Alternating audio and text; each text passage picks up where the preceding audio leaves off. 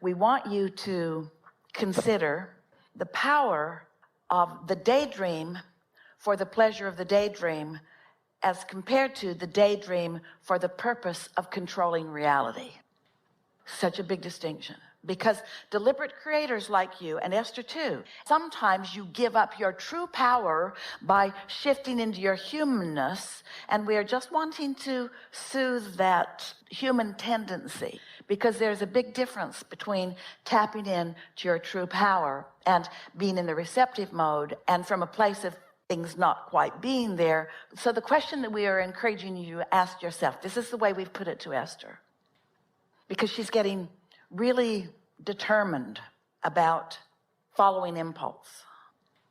And so we're just asking her to be more keenly aware of, am I really under the influence of source when that impulse comes?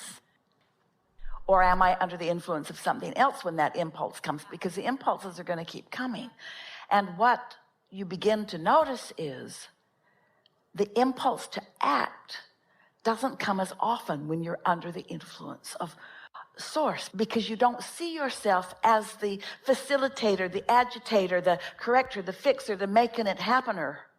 You see yourself more as the dreamer, as the pointer, as the guide. You're not justifying. And as you're stepping into this awareness of this higher power, you almost have to give up the sense that you need to do something. You see, this conversation is magnificent in so many ways, because your reality wasn't completely satisfying. Your reality was lacking enough of the things that you wanted, that you developed the ability to look beyond what is into something else. Do you think you knew that and that's why you daydreamed? Or do you think the daydreams made you feel that? Do you think that you knew that, so you daydreamed it into being, you daydreamed your power into being?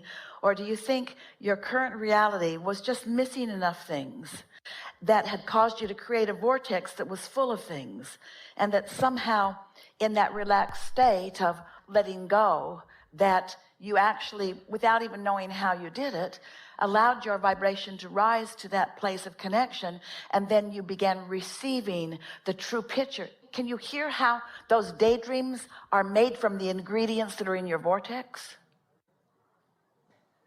So verbalize the epiphany. I'm a powerful creator. My thoughts create. I must have been tuned in before I even realized I was tuned in. I understood this Abraham stuff before I ever heard a word from Abraham.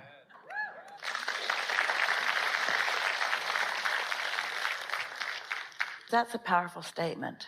And apply it not just to Abraham, but individually apply that to your inner beings. You don't teach me. You're not trying to create my reality. You are there validating the reality that I'm creating. And in validating, can we add some words to that? Such as, you are acknowledging my worthiness. You are blessing me with your understanding of who I really am. Esther is discovering, Jerry has reemerged in the non-physical, and he is in that place of non-resistant thought. And so Esther is, on a daily basis, reconciling what he now knows with what he then knew. But this is the distinction that we want to apply to her and to you. The distinction between what he now knows and what he then knew. Say it better. What he now knows and what Esther thought he knew. Because what he knew and Esther's perception of it are not the same thing. You could tap into your source energy, as you often do, and you can know what you know. We know you get this. And this is the most powerful thing about this conversation that we'd like all of you to pick up on, is that you have all created what will one day be your now reality. And it's a wonderful thing to acknowledge it. But hear this. You did it through the steps. You did it through contrast, which was step one, which wasn't always that delicious from your standpoint. You put things into your vortex, and then you found ways to allow your vibration to rise, and you caught glimpses. But it's the combining of asking and maybe being out of sorts, and then source, who's never out of source, focusing until it comes into brighter beingness, and then you finding a way to allow it to come into being. And sometimes the more we teach deliberate creation, the more you move away from your true power, because you think that you've got to utilize that power in such a deliberate way that you don't let your true. You get it? It's like we want to put more emphasis on your discovering your worthiness while you diminish your responsibility. It's knowing your worthiness that lets the good stuff in. You already applied your responsibility when you were in step one. Is that making a little bit of sense to you? When we say ask and it is given, and then we say it's given but you got to receive it. So ask and it is given, but is it allowed? So now step back into your perspective. All right, I'm being given something. And most humans click into a place that goes something like, have I earned it? Have I efforted enough to receive this? Because you're pinpointing the thing that is in the way of most people receiving more and more of the abundance that they absolutely deserve. But you've got lots of beliefs about what makes you deserve, because you've learned it from people who needed your cooperation to get from you what they needed to get from you, because they did not know about their higher power. If most of the world that is surrounding you thinks they're in competition for the good stuff and is looking for ways for those resources to come to them, then most everybody you know has trained you in some way to believe that in order to receive that you have to give, and that in order to be worthy you have to jump through these hoops. And there are very few humans who really understand. More and more are coming, and there have been all along those that have those epiphanies. But it's such a wonderful thing when you realize that the system, if you want to call it that, the way that it is, that the non-physical energies, that the abundance and well-being is showering down around you, but you've got to find some way of letting it in. And you are fine-tuning here. Worthiness is a word that gets stuck in most people's throat. In other words, you don't even know what to do with it, because a lot of times you first heard it in a religious context when your worthiness was dependent upon some behavioral response, which was dependent upon some rules that somebody else set out for you. And your worthiness usually required some sacrifice of something that you wanted. It has been taught in such a backwards fashion. And the worst part of the way that it has been taught in your physical environment is it implies that you're not already there, that you were born not there, and that now somehow you have to find some way to get there in an environment that won't possibly let you get there. It's like you can't win in that game. Because think about law of attraction. If the premise is you are not worthy and you must do things to make yourself more worthy, so go to it, isn't everything that you do to make yourself more worthy from an unworthy position going to make you more unworthy? That's how law of attraction works. You can't get there from there. And yet you can't just jump into the assumption without some thread that you are worthy. That's too big of a leap for most humans to make who have been born into an environment that's been teaching otherwise, you see.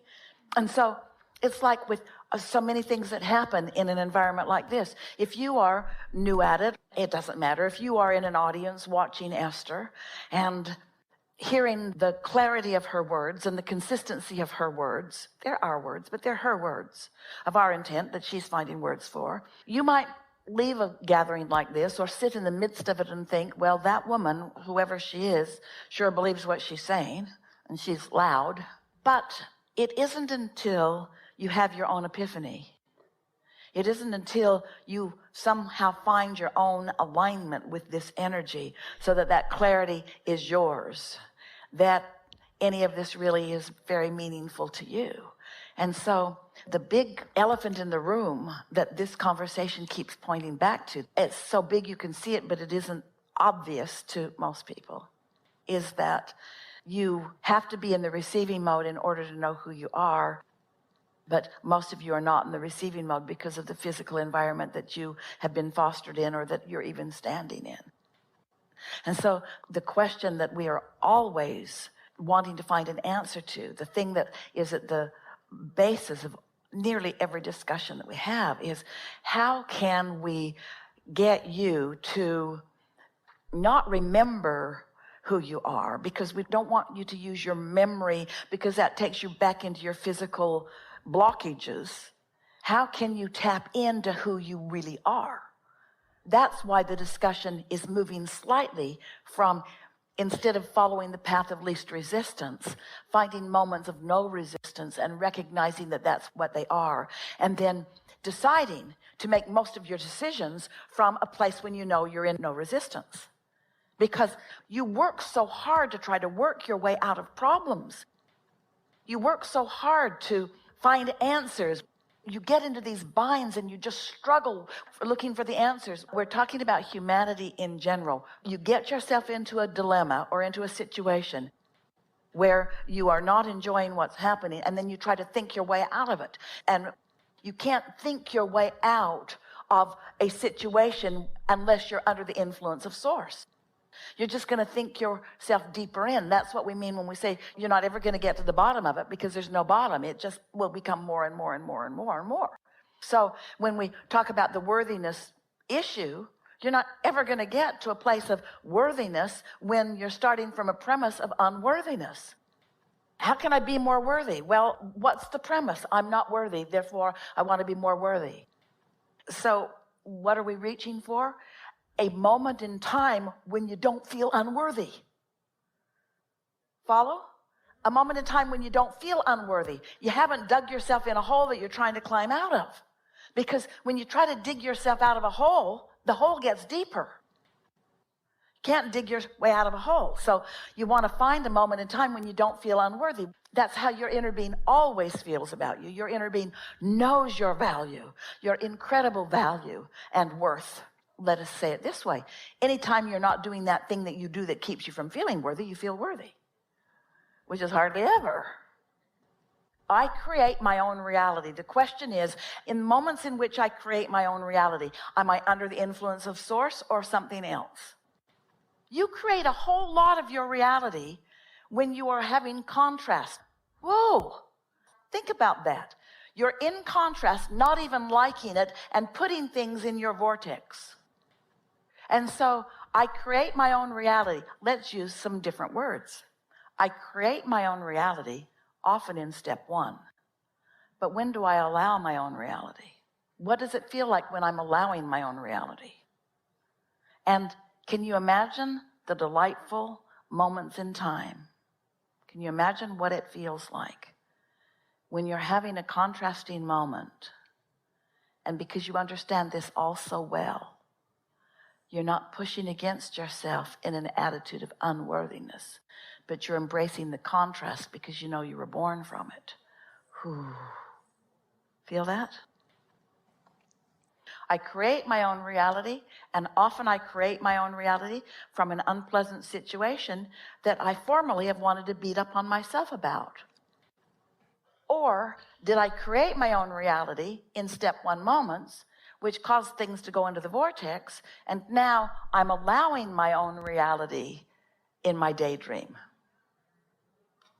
Keep creating, because you've got to bang around with other people and you're going to have all kinds of experiences, and you came for that, and it's all good. We just want you to call it all good. If you would just add more conscious, deliberate daydreaming, more conscious, deliberate allowing your vibration to rise, you just want to find more ways to introduce more step 3 moments into your experience in order to utilize the awesome power of non-resisted thought. There's awesome power when you are in resistance, because you are launching these rockets of desires. But it is only because of your inner being's ability to focus on the rockets that you've launched that they take hold, that they take root, that they continue to gestate and are nurtured and growing. Do you see what we're getting at?